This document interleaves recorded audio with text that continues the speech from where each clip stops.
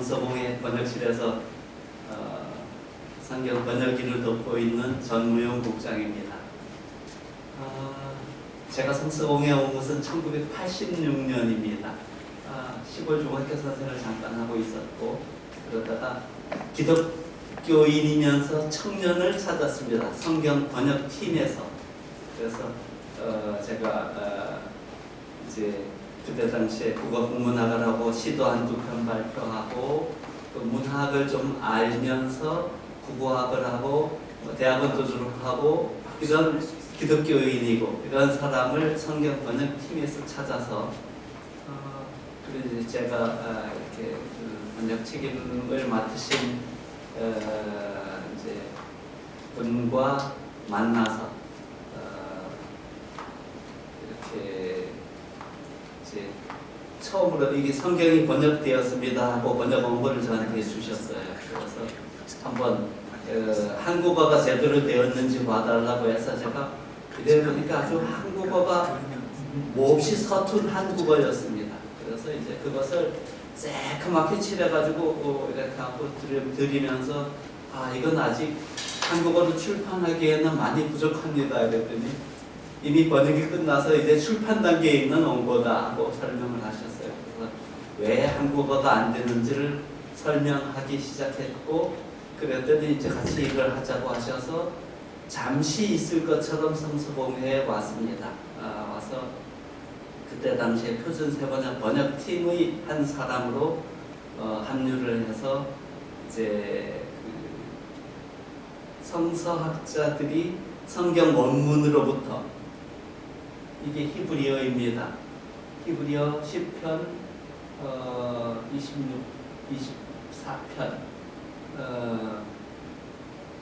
히브리어로부터 한국어로 성경을 번역하는데 성서학자들은 이 원문에 매일 수밖에 없습니다.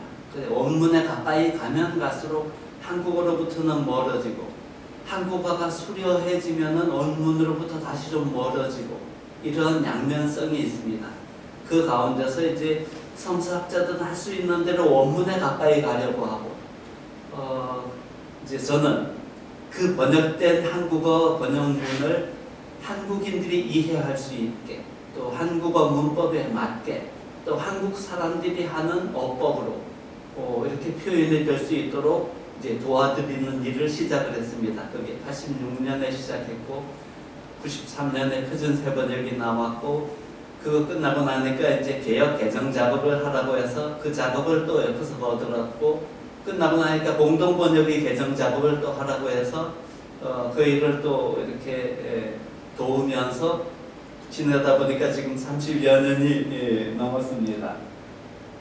이것은 그리스어입니다. 카타마타이온 일어났는데 마태복음 이 주기도문 있는 본문 부분을 제가 이렇게, 저는 히브리어나 그리스어는 이렇게 가까스로 이게 철자를 읽을 정도이지 모릅니다. 배우지 말라고 하시더라고요. 히브리어나 그리스어는 성서학자들이 잘 아니까 성서학자들이 알면 되고, 제가 그것까지 알면은 성서학자들하고 똑같아져서 이 일을 할 자격이 없어진답니다. 당신은 원문은 모르는 게 좋다. 한국어만 잘 되도록 해라. 이것이 이제 제 일이었습니다. 그래서 이제 제가 국어학을 했는데 30여 년간 한국어를 좀 깊이 들여다봤습니다. 깊이 들여다보고 꽤 많이 눈을 떴습니다. 예를 들어서 이제 뭐 잡담이지만 한라산 가서 이렇게 보면서 한라산을 왜 한라산이라고 했지? 뭐 이런 질문들부터 한라산의 하르가 히브리어도 하르가 산입니다. 묘합니다. 그런데 하르가 뭔가 하면은 그 할아버지 할 때 그 할입니다. 하르방 할 때 할. 그 저쪽 서북 방언으로 가면 한압이 이랍니다. 한은 하르산입니다. 하르산. 그것을 한자어로 치우면서 적으니까 한라산 이렇게 적어 놓은 겁니다. 하르산은 할아버지 할 때 할처럼 크다는 뜻입니다. 그리고 우리말로 풀면은 그렇습니다. 그 증명할 수 있냐? 아니요. 증명은 할 길이 없습니다. 그 구조가 그렇다 하는 것인데 그 하르가 서북방에 한압이 이렇게 되고 여기 서울로 오면 한강이 됩니다. 한이 크다는 뜻입니다. 예, 어떻든 이게 잡담이고 제가 한국어는 조금 깊이 들여다봤습니다. 그러면서 성경 번역 일을 도우면서 이런 일들을 조금씩 배웠습니다. 왼쪽에 있는 건 두루마리 사본이고 오른쪽에 있는 건 코덱스라고 하는 것은 낱장 가죽 성경입니다. 저 이제 사진으로 찍어가지고 인쇄해서 저 책으로 먹고 나서 그렇지 한 장 한 장 낱장 가죽. 두루마리는 이렇게 말아서 가지고 다녀야 되는데 낱장 가죽으로 하면 이렇게 관리하기가 쉬우니까 이제 두루마리 성경, 낱장 가죽, 코덱스 성경. 이제 이것은 파피루스 성경입니다. 파피루스라고 하는 것은 우리나라로 치면 강화도 옛날에 화문석 이것이 유명했는데 왕골로 만든 골풀의 줄기가 한국의 골풀은 한 1m 남짓 사람 허리 정도 높이인데 나일강 이 비옥한 지대에서 자라는 골풀은 3m, 4m까지 자라는 겁니다. 이건 정말 재미있습니다. 우리나라 동양나는 꽃도 요만한데 서양나는 꽃도 이만하고 서양나는 이만하고 이게 비옥한 지대에서 자라서 그런가? 어떻든 우리나라 왕골과 똑같습니다. 그 구조와 성질이 한 3m, 4m 되는 왕골 이렇게 생각하시면 됩니다. 그게 파피루스입니다. 그것을 줄기를 이렇게 잘라가지고 배를 갈라서 펴면은 거기에 진액이 나오는데 그것을 가로 세로로 이렇게 겹쳐서 붙이면은 종이가 되는 겁니다. 눌러놓으면. 그러니까 이제 그 파피루스 종이는 무한정 생산이 되는데 가죽 종이는 양 한 마리 잡아야 뭐 이만큼밖에 안 나오는데 파피루스는 그냥 뭐 무한정 자라나는 그 파피루스 식물을 잘라서 붙이기만 하면 종이가 되니까 많이 보급할 수 있는 대신 이제 종이가 약하니까 몇 년 쓰면 말라서 부스러져서 이렇게 이제 별로 질기지는 않습니다. 그 성경을 읽고 쓰고 하는 재료가 가죽에서 원래 이제 예언자들이 하나님으로부터 받은 예언의 말씀이 사람들이 입으로 선포되는 것이 그것이 이제 글로 기록이 되고 정착이 되었고 정착이 되었던 것이 지금은 이제 그 스마트폰이나 또 아이패드나 이런 컴퓨터용으로도 성경이 이제 이렇게 보급이 됩니다. 그래서 성경을 보급하는 재료가 가죽으로부터 파피루스로 종이로 이제 또 이렇게 전자매체로까지 와 있습니다. 말씀이 이스라엘을 통해서 예언자들을 통해서 초기의 사도들을 통해서 이렇게 전해지던 말씀이 이제 기록된 말씀이 이렇게 로마로 온 세상으로 이렇게 전해지기 시작했습니다. 저쪽 오른쪽 위에 중국으로 이제 온 것이 동양으로 오기 시작하는 첫 걸음입니다. 이 하나님의 말씀이 물론 중국으로 오는 것이 근대에 들어와서가 아니고 1600년대도 있었고 진나라 때에 그 비문에도 뭐 이렇게 하나님의 말씀이 번역이 되어서 옛날에 이제 이렇게 전해진 기록들은 있습니다. 그러나 본격적으로 하나님의 말씀이 번역이 되어서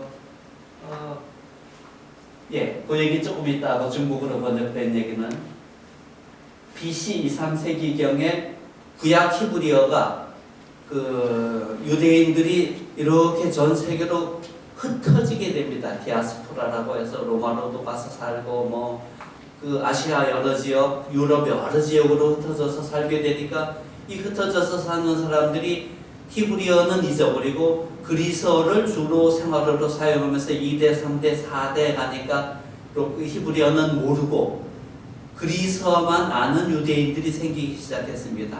그들에게 이제 하나님의 말씀을 전하려고 그리스어, 헬라어라고도 하는 그 그리스어로 성경을 구약을 번역했습니다. 그것을 70인역이라고 합니다. 사무엘상 2장 11절 각주에 보니까 배단이라고 본문은 우리 본문은 그렇게 되어 있는데 그 각주에는 70인 여권에는 바락으로 되어 있다. 그래서 바락과 배단 사이의 차이가 왜 생겼는지를 연구하고 이 성경 본문 히브리어로 전해진 본문과 70인역으로 전해진 본문의 차이가 있을 때 이 본문을 연구하는 중요한 자료가 됩니다. 히브리어가 본격적으로 지금과 같이 완전한 형태로 기록문으로 남은 것은 거의 980년경 이렇게 와서야 완전한 형태로 글로 이렇게 완전히 한 벌이 기록이 됩니다. 그 전에는 이렇게 따로따로 여기저기 전해지던 저 왔습니다. 그런데 BC 2세기 3세기의 히브리어가 그렇게 기록으로 정착되기 이전의 그 예언자들이 머릿속에 혹은 랍비들이 머릿속에 있던 히브리어 본문을 바탕으로 우리서 번역이 생기는 겁니다. 그래서 이제 이것이 히브리어 본문을 연구하는 중요한 자료가 됩니다. 라틴어, 불가타 혹은 멀게이트라고 하는 성경이 이제 405년에 번역이 됩니다. 제롬 혹은 세인트 히에로니무스 이렇게 말하는 이 사람이 시력이 굉장히 나빴답니다. 근데 이렇게 보면서 성경을 번역했다고. 그리고 이제 그렇게 우리 개혁에서는 옛날에 월계력 이랬습니다. 70인역과 월계력 이것이 불가타의 이 개혁식의 음역이 월겟입니다. 월게이트 혹은 불가타. 이것이 영어로 번역된 것이 1382년 위클리프가 영어로 성경을 번역합니다. 위클리프가 성경을 번역하고 위클리프는 그 1320년에 태어나서 1384년에 죽었다고 하는데 1384년 10월 며칠 10월 달에 화형이 됩니다. 그래서 아닙니다. 1428년에 죽고 난 뒤에 한참 후에 그의 묘를 파헤쳐서 우리나라로 보면은 그걸 뭐라고 하나요? 어떻든 그 시신을 이렇게 훼손하는 겁니다. 시신을 훼손한다고 해도 죽은 사람이 느낄 수는 없습니다. 그러나 죽은 시신을 꺼내가지고 저렇게 불에 태워서 훼손을 해버리면은 그 시대 사람 전체 사람들에게는 굉장한 공포를 줄 수 있는 이런 시신을 화형당합니다. 근데 위클리프는 죽은 다음에 화형을 당하고 살아서 죽는 사람도 있습니다. 이 사람입니다. 윌리엄 틴데일 1525년에 10월 6일 날 화형을 당합니다. 이 사람이 죽으면서 화형을 당하면서 그렇게 기도했다고 합니다. 영국 국왕의 눈을 열어주십시오 하나님 하고 1536년에 화형을 당하는데 킹 제임스 버전이 불과 100년도 지나지 않은 1611년에 왕의 명령으로 영어 성경이 다시 완전하게 번역이 돼서 보급이 됩니다. 킹 제임스 버전, 제임스 왕역, 한자로 흠정이라고 하는 것은 황제가 이렇게 제정한 이런 뜻이 있는 한자어입니다. 이것이 80%가 틴데일의 번역에서부터 온다고 합니다. 윌리엄 틴데일은 시골로 다니면서 농부들이 입속에 있는 영어가 어떻게 생겼는지를 보았다고 합니다. 이 마틴 루터입니다. 루터 비벨 서울 이제 그 2층 전시한 공간에 킹 제임스 버전도 전시되어 있고 또 이 루터 비벨도 전시되어 있습니다. 1522년에 신약전서가 나오고 루터에게 구약까지 완성이 된 것은 1534년입니다. 루터는 계속해서 11번이나 개정을 했다고 합니다. 마지막 개정판은 루터가 죽고 난 다음에 출판이 됩니다. 그리고 이제 지난 2017년에 종교개혁 500주년을 기념을 하면서 그 이후로도 여러 차례 루터 비벨은 개정이 되면서 사용되어 왔습니다. 그리고 2017년에 최근에 마지막으로 개정을 하면서 개정 책임자들을 만나봤습니다. 그랬더니 그 개정 책임자들이 하는 말이 중간중간에 여러 차례 개정이 되면서 개선을 한다고 또 개선을 할 때 때때로 독일어로는 조금 더 쉬워지고 이렇게 되기도 하지만 그것이 때때로 원문으로부터는 오히려 더 멀어진 곳도 있었다. 그러니까 루터가 훨씬 더 정확하게 번역을 했었다. 이런 말을 하는 걸 제가 들은 적이 있습니다. 혹시 장로님 전국교회 다니시다 보면 왜 성경을 자꾸 고치고 개정하느냐 하고 불만, 요즘은 조금 줄어들었습니다. 초기에 개혁 개정파를 사용하기 시작할 때는 개혁 성경 우리가 그대로 쓸 수 있는데 왜 자꾸 개정하느냐 이런 말을 우리 진흥부 장로님들이 전국 교회로부터 꽤 들으셨다고 합니다. 그 얘기는 좀 이따 말씀드리겠습니다. 예, 킹제임스 버전입니다. 이것도 서울 성서회관, 서초회관 2층 전시실에 전시되어 있습니다. 이건 1853년의 중국어 신약전서입니다. 1853년에 이제 선교사 공의회에서 함께 힘을 모아서 번역한 겁니다. 이전에는 이 마시만 여권이라는 게 인도에서 나왔습니다. 1811년에 신약, 1821년에 구약에서 인도의 세람포에서 이제 마시만이라고 하는 사람이 중국인들을 고용해서 이제 이렇게 함께 중국어를 배우면서 저 중국어 성경을 번역합니다. 중국의 개신교 최초의 선교사가 모리슨입니다. 모리슨이 중국에 들어와서 중국어를 배우고 그리고 중국어로 성경을 번역하기 시작합니다. 그리고 이제 1814년에 신약이 번역이 되고 1823년에 구약이 번역이 됩니다. 이때 당시만 해도 히브리어 그리스어로 된 이 성경, 하나님의 말씀이 중국어로, 그 고전 한문으로 번역될 수 없다고 사람들은 생각했습니다. 불가능하다고 생각했습니다. 그런데 이제 모리슨이 그 일을 해냈고, 모리슨도 혼자만 시작한 것은 아닙니다. 1600년대에 장 바세라는 프랑스의 신부님 한 분이 중국에 와서 사복음서하고 사도행전까지를 중국어로 번역해 놓은 것이, 그 본문이 그 영국 대형 박물관이라고 하는 영국 박물관에 있었답니다.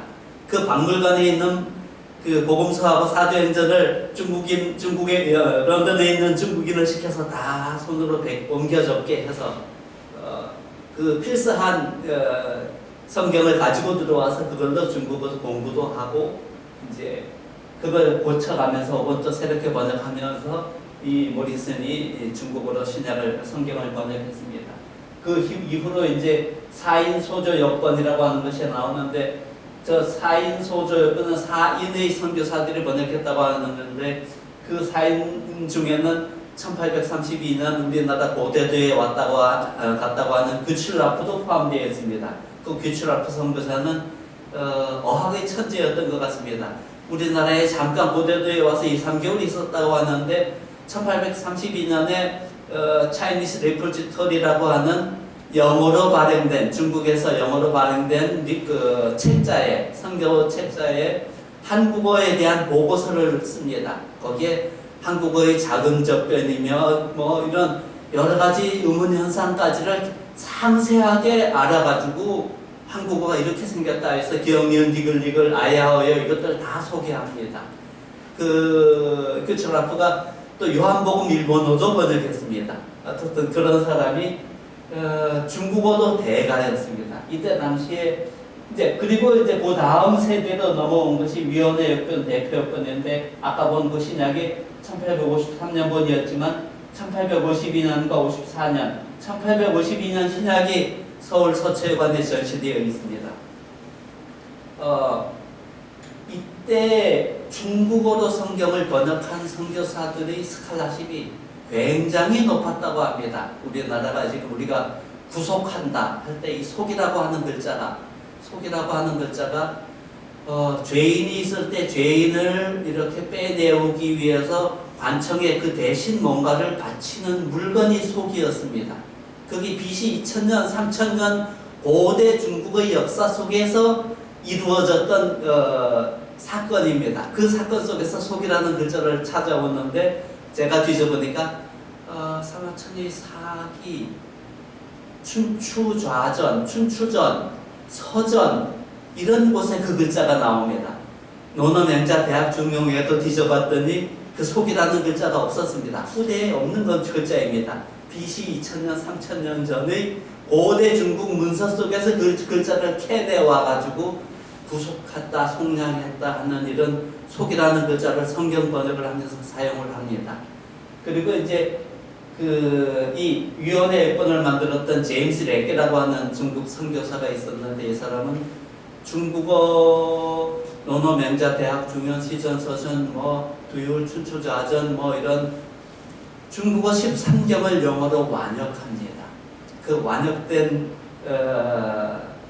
이제 이때 당시 그러니까 성경을 중국어로만 번역한 게 아니고 중국 고전을 서양 영어로 완역을 하는데, 우리나라에게 아주 유명한 이제 구절이 수신제가 치국 평천하라는 구절이 있는데, 그 앞에 보면은 경물치지라는 말이 바로 그 앞에 붙어 있었습니다. 물을 격해서 지에 이른다, 알매 이른다 하는 격이라고 하는 것이 인격할 때 쓰는 이 격자입니다. 이 격에 대해서 여러 가지 연구가 논의가 많았지만 격이 무엇인지 한국어로 번역들 중에는 그 사서에 있는 경물치지의 격이 무엇인지를 제대로 번역해 놓은 번역을 저는 본 적이 없습니다. 근데 그 제임스 레게 이 번역에서는 investigations of things 이렇게 나와서 연구하다, 궁구하다, 이치를 이렇게 찾다 이런 뜻으로 된 영어 단어로 그 격을 번역해 놨습니다. 그걸 보고 제가 제대로 번역했구나 하고 깜짝 놀랐습니다. 어떻든 이 제임스 레게라는 그런 이 대가들이 한학의 대가들이었습니다. 그 제임스 레게의 영역본들을 보고 어떤 학자가 이렇게 말을 했습니다. 제가 배운 선생님이, 제가 한학을 조금 했었는데 선생님이 그런 얘기를 했습니다. 주자보다도 더 정확하게 더 많은 정보를 가지고 있었다, 이 사람이. 그래서 제가 우리나라에서 주자만 해도 주자 하면서 그 주자가 가르친 것 밖으로 나가면 이단사설이라고 해서 사문난적이라고 하고 이랬던 것이 주자인데, 주자보다도 더 많이 알고 있었다, 이런 말을 제가 들었습니다. 어쨌든 그 위원회 여건이 굉장히 중요합니다. 이 한글 성경이 대본이 됩니다, 초기에. 그리고 브리즈맨 여건이라고 하는 것이 있는데, 브리즈맨 컬버슨 버전이라고 합니다. 브리즈맨과 컬버슨이라고 하는 이 두 사람이 함께 이제 번역을 합니다. 이 위원회 여건이라고 하는 것이 굉장히 중국어 풍에 맞는 번역이 있습니다. 그래서 중국의 학자들도 굉장히 좋아하는 번역이었습니다. 그리고 이제 그것이 중국어 풍에 맞게 되니까 원문으로부터 조금 멀어져서 의역이 된 성경이다, 이렇게 평가가 되었습니다. 그런데 이제 그걸 조금 불만스럽게 생각했던 분들이 브리즈맨 컬버슨 버전이라고 이것을 개장한 것입니다. 사실은 이것이 이제 또 일본에서 한글로 성경을 번역한 이수정 역의 대본이 됩니다. 그래서 이제 제가 중국어 역사를 잠깐 말씀드리는 겁니다. 그 뒤에 세르시프스키라든지 여러 가지 이제 많은 중국어서 번역이 나오는데, 중요한 것들은 이것이 이제 한글 성경의 대본이 된다고 하는 겁니다. 이 성서공회라고 하는 것이 이제 1804년에 영국에서 성서공회 운동이 시작이 됩니다. 이 얘기는 작년에 또 아실지 모르겠지만 1802년의 영국 런던에서 있었던 기독교 지도자 대회 때 어떤 한 사건이 보고가 됩니다. 웨일스 지방에, 영국의 웨일스 지방에 어떤 8살, 7살, 8살 된 한 소녀, 메리 존스라고 한 소녀가 성경 한 권을 가지려고 한 7, 8년 이상 돈을 모아서 옆집 할머니 땔감도 한 아름 주워다 주고 한 푼, 애기도 한 나절 봐주고 또 한 푼, 또 병아리 키워갖고 계란 이렇게 모아가지고 팔아서 또 몇 푼, 이렇게 해서 7, 8년을 모은 돈을 성경을 사려고 이제 그 웨일스에서 빨라라고 하는 것 같이 70마일쯤 된다고 하는 것을 이 15살 소녀가 걸어서 성경서 보고서까지 갑니다. 그런데 보고서에 성경이 없었습니다. 그래, 그럼 언제 만드나요? 그래, 만들 기약이 없단다. 그럼 언제 성경을 살 수 있나요? 글쎄, 그렇게 할 수 있는, 이게 이제 어떤 일인가 하면 우리나라에 무슨 옛날에 경판본, 왕판본, 논어원에 맹자원에 이런 거 만들 때 50년, 100년에 한 번씩 만들던 것처럼 그렇게 어쩌다 한 번씩 성경을 만든 겁니다. 특별한 일이 있을 때. 그러고는 뭐 아무도 만들지 않고 아무도 보급하는 사람이 없고 이때에만 해도 무슨 서점이 있거나 하던 시대도 아니고 성경은 교회나 한 권 있고 수도원이나 한 권 있고 귀족이 있는 캐슬 정도 가야 한 권이 있고 뭐 이런 정도의 책이었던 겁니다. 그러니까 누구든지 다 볼 수 있었던, 손에 만질 수 있었던 물건이 아닙니다. 그랬던 성경을 이제 그런 사정을 듣고 기독교 지도자들이 우리가 모금을 해서 성경을 만들자, 그리고 전문적으로 성경만 보급하는 이렇게 그 조직을 하나 만들자 해서 바이블 소사이티를 조직을 한 것이 1804년입니다. 그게 우리나라 순조임금 때 해당됩니다. 순조임금 때 해당이 되는데 순조임금이라고 하는 이 시대가 조선은 이 멸망으로 들어가는 첫걸음을 뛸 때입니다. 영조, 정조 시대 때 조선이 아주 흥행하다가 그 정조 시대 이후로 정조가 죽고 나서 다산 정약용이며 또 추사 김정이며 다 이 시대 사람들인데 뭐 다들 귀양 가고 난리가 나고 귀족들 일로 권력을 잡은 권세를 잡은 사람들의 조선이 되면서 아주 난장판이 되어가기 시작하는 때입니다. 그러면서 조선은 뭐 쇠국으로 가고 멸망까지 그냥 이렇게 그대로 내리막길로 가는 시대입니다. 이 시기에 이제 참 암흑기죠. 이 중국에 들어온 선교사가 있습니다. 이 존 로스라는 왼쪽에 있는 분이 존 로스 선교사입니다. 오른쪽에 있는 분이 존 맥킨타이어 선교사입니다. 이분들이 중국에 들어와서 성경을 번역하기 시작합니다. 한글 성경을 중국에 선교하러 왔습니다.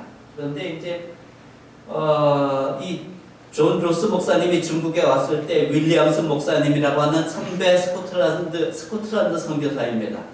선배 선교사가 웰컴을 했습니다. 이 지프라고 하는 곳에 도착을 합니다. 신혼의 몸으로 아내와 함께. 그런데 이제 윌리엄스 목사님이 너는 저쪽 만주지방으로 가라 해서 이제 영구로 배를 타고 다시 가서 우창 심양으로 가서 심양에서 이제 선교를 중국인들 상대로 선교를 합니다. 이 윌리엄슨이라는 목사님이 1866년에 대동강의 제너럴 셔먼 후에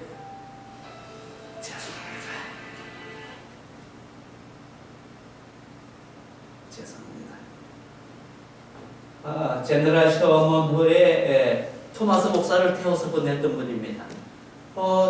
제너럴 셔먼호가 대동강에서 침몰을 하고 지금의 지구 반대편에서 일어나는 일도 실시간으로 우리가 알지만 이 시기에는 배가 돌아오지 않으니까, 그리고 돌아온 사람이 한 명도 없으니까 어떻게 됐는지 10년이 가도 알 수가 없었던 겁니다. 그래, 다 죽었구나 이제 나중에 알게 되는데, 그걸 알려고 윌리엄슨 목사도 코리안 게이트라고 하는 고려문까지 이렇게 갑니다. 그리고 그 고려문까지를 로스 목사님도 이렇게 한 바퀴 돕니다. 그리고 이제 고려 조선이라는 땅에 세국이 되어 있고 들어가면 죽는 어둠의 땅이라는 것을 알게 됩니다.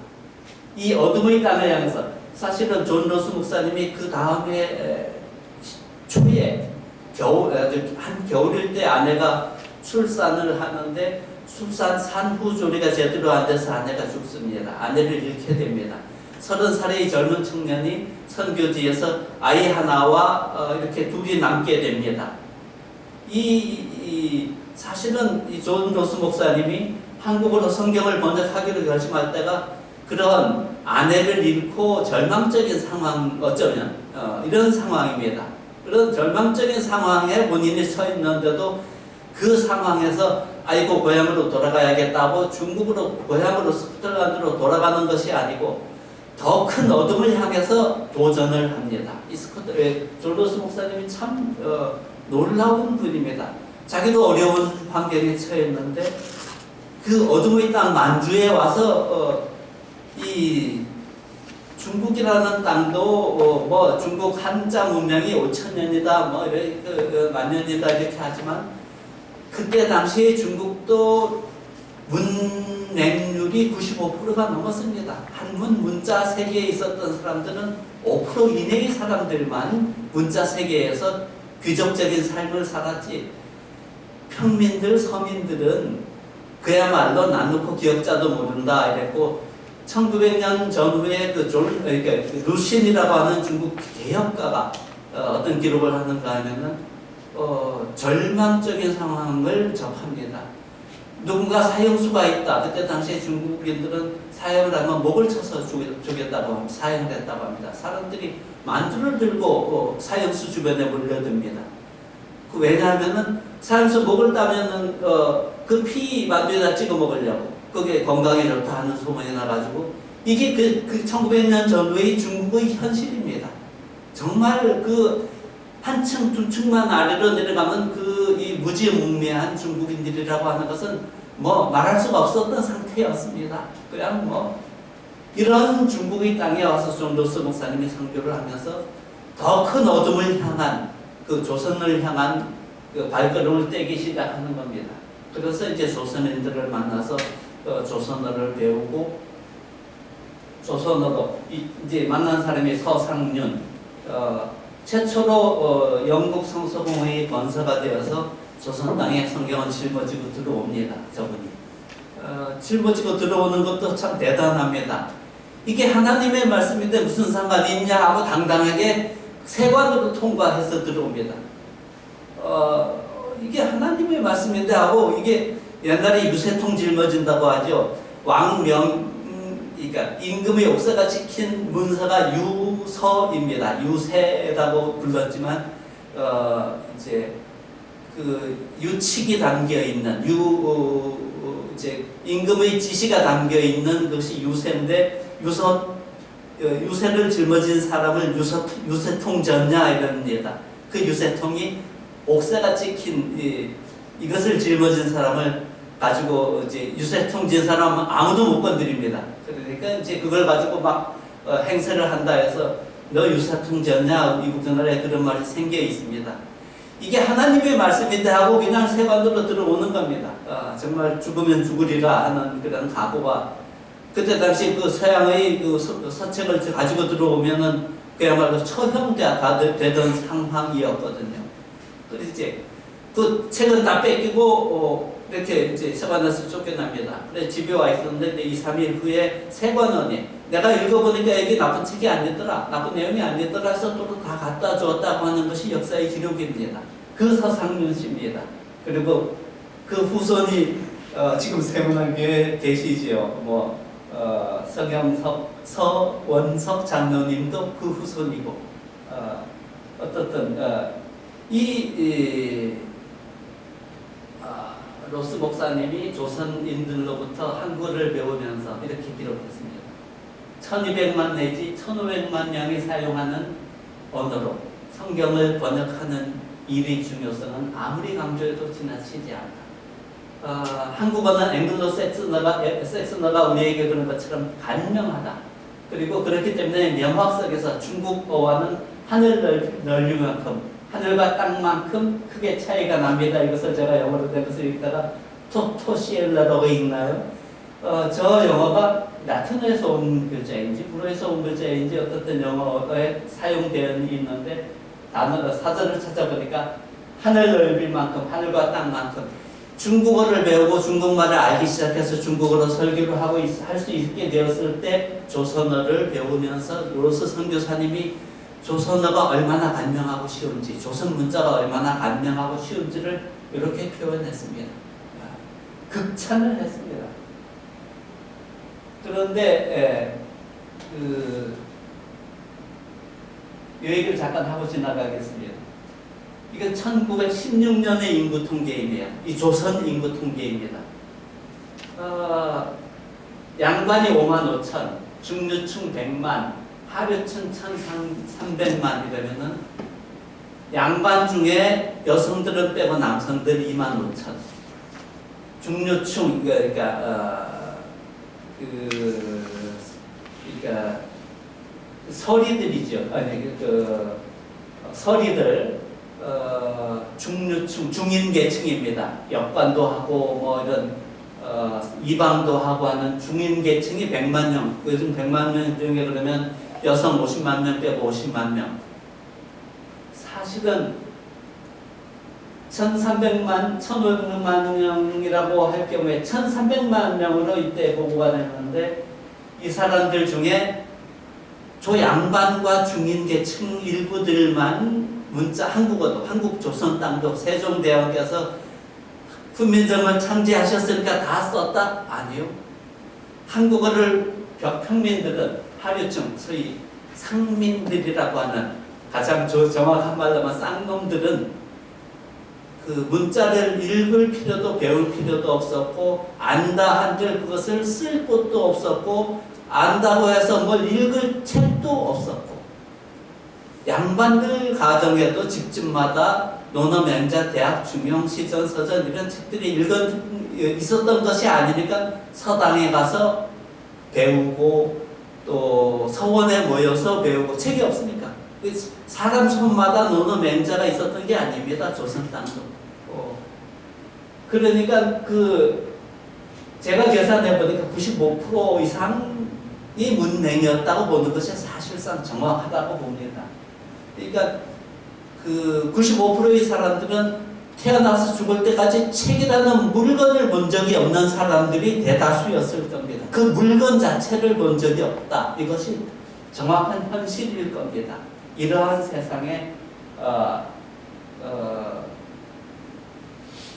양반들은 언문, 앙클, 부어클 이렇게 이 언문을 천시하고 있었고 이러한 세상에 이 로스 목사님은 순 한글로 이때 당시에 로스 목사님이 이거는 이제 코리안 프라이머라고 하는 문법 책입니다.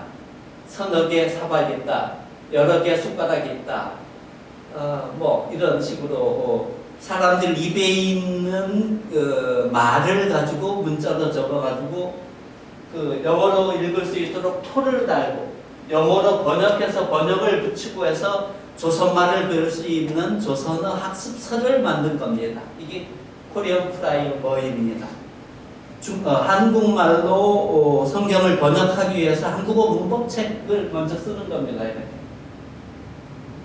이렇게 이 책에 물론 영어로 해놨지만 공무로 한국에 가게 될 외국 관리를 위해서 또 사업상의 이유로 한국어를 배울 사람들을 위해서 선교사를 위해서 이런 사람들을 위해서 안내서를 만든다 하고 머리말에 써놨습니다.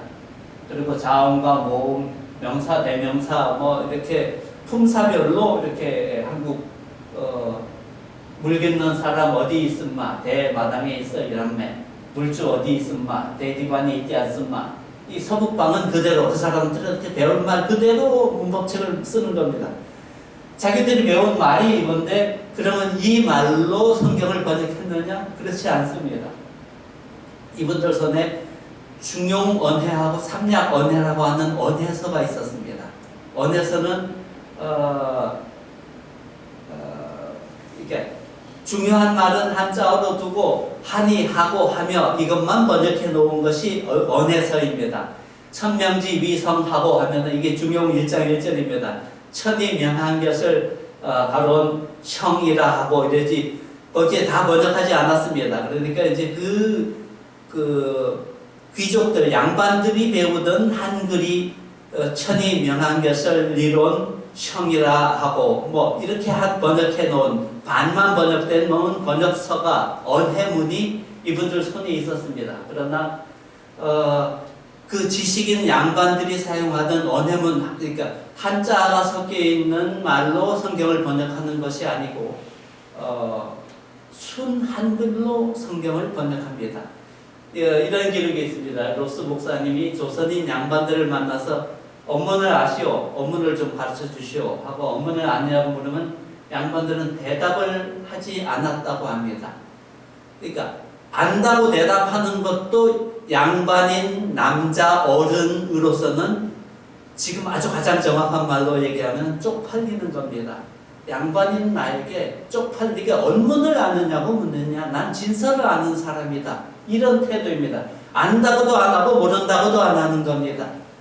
한문을 배우려면 당연히 하늘천 따지해서 그게 옥편을 봐야 되기 때문에 하날편 이렇게 적어놨던 그 옥편을 봐야 되기 때문에 한글을 원문을 모를 수가 없습니다. 그러나 안다고 안 합니다. 이게 안다고 하는 것이 쪽팔리는 일이기 때문에. 예.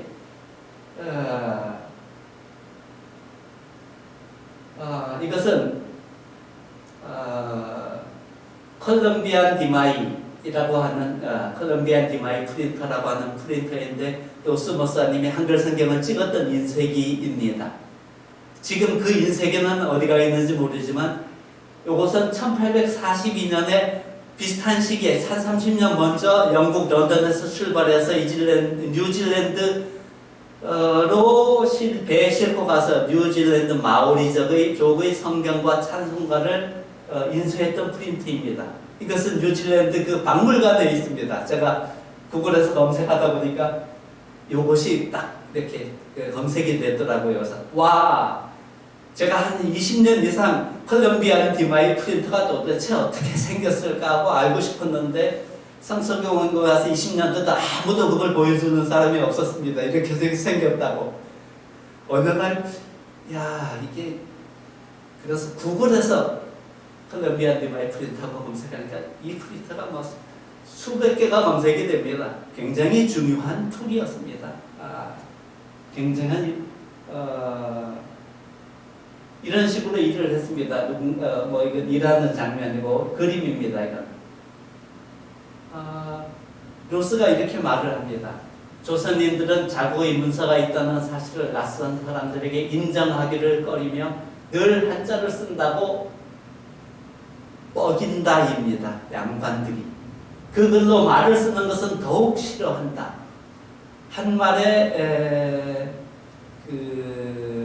내부 대신했던 어떤 사람이 미국 공사가 우리 서로 주고받는 외교 문서는 원문으로 씁시다 하니까 그 사람이 오이는 원문은 부지요 하고 얼굴이 붉어져서 화를 냈다고 하는 기록이 있습니다. 이것이 1920년대에 윤치호 박사님이 어느 공개 강연에서 30년 전에 제가 이렇게 경험했던 사건입니다 하고 말했던 그 설교문 내용 속에 들어 있었습니다. 이 내용이 화를 냈던 겁니다. 언문으로 나는 언문도 모른다 이러고 화를 낸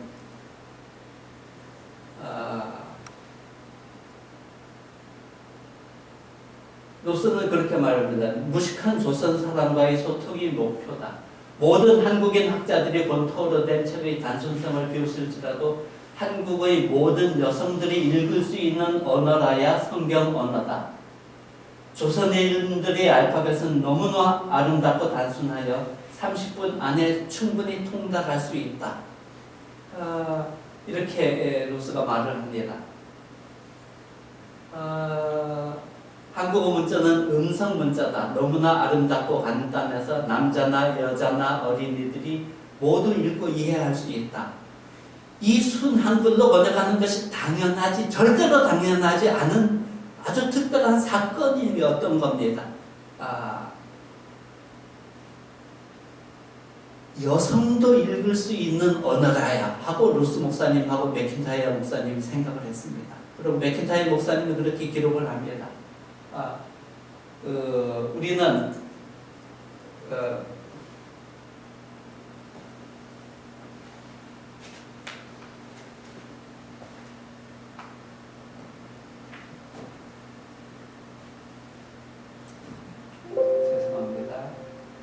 맥킨타이어 목사님이 그렇게 말합니다. 우리는 양반 지식인들을 위해서 이 성경을 목표로 하지 않는다. 누구든지 원문을 아는 사람이라면 읽을 수 있는 대중에게 적합한 것을 목표로 할 뿐 러시아에서의 불어처럼 한문을 문장에 적당한 유일한 언어로 생각하는 소수 식자층, 양반층을 목표로 하지 않는다. 이것이 로스 목사님의 기록에 들어 있습니다. 이제 제가 이런 얘기를 좀 자세하게 말씀드리는 이유는 요 사건이 지금 우리 한글 모르는 사람이었고 한글을 누구나 쓰는 것이 굉장히 당연한 세상에 살고 있지만 이때만 해도 절대로 당연하지 않았던 시절입니다. 그 로스역의 이 바렌 부스가 94,049일 때 제가 이 숫자를 왜 통계를 여기다 제시하는가 하면은 94,000 책이라는 물건조차 본 적이 없는 사람 94,000 가구의 성경이라는 하나님의 말씀이라는 책이라는 물건이 이렇게 전해진 겁니다. 이것이 엄청난 사건인 겁니다. 그래서 그 성경이 들어와서 이 소래교회가 생기고 이건 이제 일본의 사건으로 넘어갔는데 아까 보여드렸던 예수선교 누가복음서서 1882년 그것을 저는 어떻게 설명을 하는가 하면은 이렇게 전환점 천대받던 언문이 하나님의 말씀을 담는 그릇으로 이렇게 신분 변화가 일어나는 겁니다. 하나님의 말씀의 세례를 받는 겁니다. 천대받는 언문이. 그리고 저는 한글 문명의 대전환이라고 이제 금년에 글을 하나 발표했는데 한글 문명의 대전환의 전환점에 82년의 예수 성경 누가복음 전서를 두고 있습니다. 그것이 그렇게 음지에 있던 천대받던 언문을 양지로 하나님의 말씀을 담는 그릇으로 남녀노소 누구나가 알 수 있는 말로 적어낸다는 의도와 목표를 가지고 이렇게 언문을 사용한 그런 문명사의 한글 문명사의 대전환이 그 로스역으로부터 일어납니다. 저 정자관을 쓴 여기 정자관이라고 하죠. 정자관을 쓴 흰 옷을 입은 양반이 이수정입니다. 일본인 기독교 주도자 대회에서 찍은 사진인데 저 이수정이 일본에 가서 한글로 성경을 번역합니다. 마가복음이죠. 이 마가복음 번역도 대단합니다. 제가 읽어보니까 지금의 우리가 읽어도 아주 수려한 한국어입니다. 그대로 현대 한국어로 이렇게 꼭 바꾸면은 매끈하고 구김살 하나 없는 한국어입니다. 아주 고급 한국어로 성경을 번역했습니다. 저 성경을 언더우드 목사님하고 아켄젤라 목사님이 손에 들고 조선 땅에 들어와서 저 성경으로 한글 성경으로 한국어를 배우고 익히고 그리고 한국어로 성경을 번역하는 한국어 교과서가 되는데 이수정이라는 사람이 저 한글로 성경을 번역하기 전에 이렇게 뭐뭐시 뭐뭐하고 뭐뭐하며 이것이 아까 말씀드린 부리지만 컬버슨 버전에다가 현토를 붙인 겁니다. 한글 토 이제 향차를 비롯해서 구결이라고 하는 겁니다. 뭐뭐시 뭐뭐하고 뭐뭐시 뭐뭐하며 이렇게 그 토를 붙여놓은 것이 현토식 한글인데 그렇게 이걸로 먼저 번역하고 저걸로 번역하는데 이것은 무엇을 뜻하는가 하면은 신라 시대 때 내부터 내려온 한글 읽기, 한글 문장 형식, 형성의 그 토대 위에 언해문을 잘 아는 대학자가 고급 한국어로 문장을 작성합니다. 그리고 이 문장이라는 게 지금 우리는 입에 있는 입말이 그대로 글말이 되는 것 같지만 그렇지 않습니다. 우리가 입으로 하는 말을 쭉 녹음해가지고 그대로 문장으로 만들면은 굉장하고 이상하고 어색한 문장이 됩니다. 한 번도 우리가 읽어본 적이 없는 문장이 됩니다. 그래서 입말을 그대로 글말로 만들어 놓으면 우리 한국어가 이상한 한국어 문장이 됩니다. 우리는 초중고등학교 교과서로부터 한국어를 배웠습니다. 학습된 문장을 가지고 그 문장으로 글도 쓰고 논문도 쓰고 편지도 쓰고 시도 쓰고 소설도 쓰지만 그 문장은 우리 지금도 우리 입에 있는 입말 그대로가 아닙니다. 그래서 글말은 글말 자체로 물론 글말은 입에 있는 말이 글말로 같지만 글말 자체가 따로 형성되어 있습니다. 그런데 이수정이 아주 고급 한국어로 저 성경을 번역해서 이제 저 성경이 또 서울 장안에 수천 부씩 한 번에 만들 때 5천 부씩 제작을 합니다. 제작이 돼서 보고되면 5천 가정의 책이라는 물건이 전달이 되는 겁니다. 이것이 브리지만 컬버슨 버전입니다. 중국어 성경. 이게 이제 이 국내 성경 번역이 시작됩니다.